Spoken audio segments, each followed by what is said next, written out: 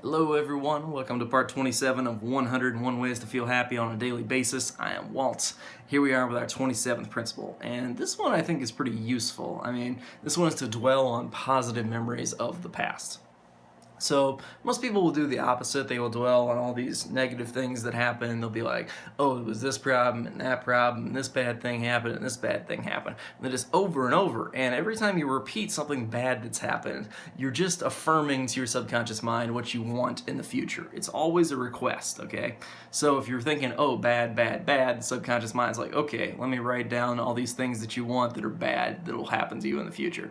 Oh, you told a story about how you lost a bunch of money. Let me make sure you don't do this stuff right and lose some money. Oh, you told me a story about missed opportunity. Let me make sure you miss this $1 million opportunity. The subconscious mind will filter based on what you instruct it to do. So when you dwell on the positivity in the past, like even if you've had bad experiences, say like, oh, but there was this one time when I found a penny on the ground and it was so exciting. I can remember back, just 2 days ago, I was not very excited for taking a test, for example. And then I'm about to take this test, and then bam, right on the floor, I find a quarter. And I'm super happy about this. I do the whole affirmation thing that's, this is one of my favorite techniques out of Stuart Wild's material. He has some absolutely fantastic stuff on the money affirmations about picking up money when you find it. And he's got some hilarious stuff there, but basically it's just I found a quarter, and it's this shiny quarter from 1965. I think I actually have it here.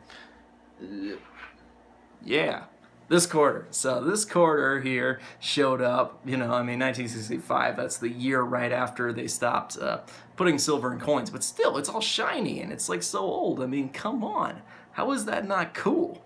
And so really, it's like an affirmation of all the success you're having. And so when you affirm this to the mind, it will strengthen any success that it is going to try to give to you. It's going to make you happier. It's going to make you more successful because the subconscious mind does what you program it to do. So dwell on the past memories where things went well. If everything in your life has been bad except for 1 to 2 days, then dwell on those days. Think about those days over and over and over again. Reinforce them, and those pathways will get stronger and you will be happier.